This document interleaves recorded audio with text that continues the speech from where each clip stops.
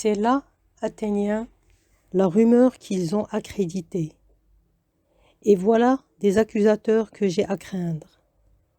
En effet, ceux qui leur prêtent l'oreille estiment que les gens qui s'adonnent aux recherches qui viennent d'être mentionnées ne reconnaissent pas les dieux.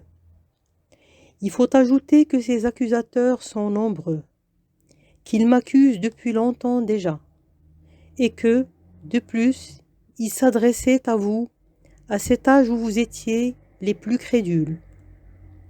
Certains d'entre vous étaient des enfants ou des adolescents, et que tout simplement, ils accusaient un absent que personne ne défendait.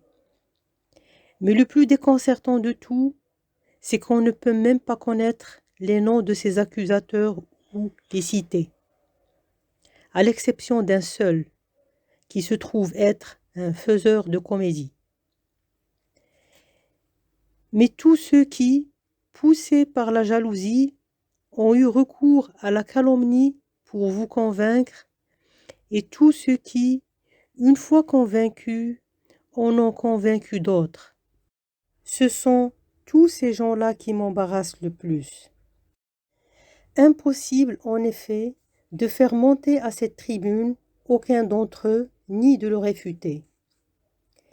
Mais pour me défendre, je me trouve tout bonnement contraint de me battre contre des ombres et de me lancer dans une réfutation sans personne pour me répondre. Il vous faut donc admettre, vous aussi, que comme je viens de le dire, mes accusateurs se répartissent en deux groupes. Les uns qui ont récemment déposé plainte et les autres que je viens d'évoquer et dont les accusations sont anciennes.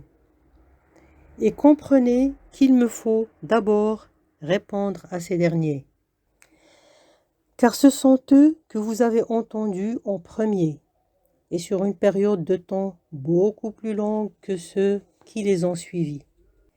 Eh bien, il faut bien, Athéniens, que je me défende et que je tente de détruire en vous la calomnie qui y est enracinée depuis longtemps. Et je n'ai pour ce faire que si peu de temps.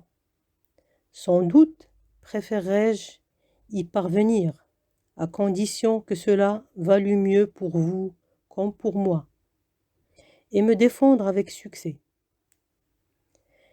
Mais j'estime que c'est une entreprise difficile,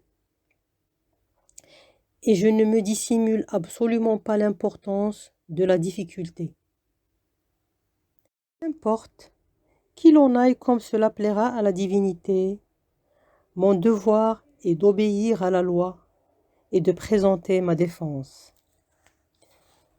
Remontons au point de départ et examinons de quelle accusation est issue la calomnie dont j'ai été l'objet et dont Mélétos s'est précisément autorisé pour m'intenter la présente action judiciaire.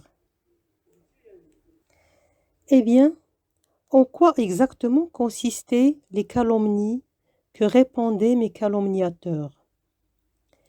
Il faut donc faire comme si une accusation était effectivement déposée et lire le texte de l'accusation qu'il porterait sous la foi d'un serment.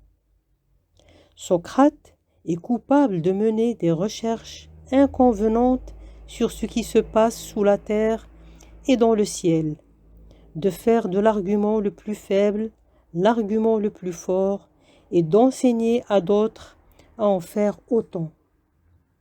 Tel est à peu près l'acte d'accusation.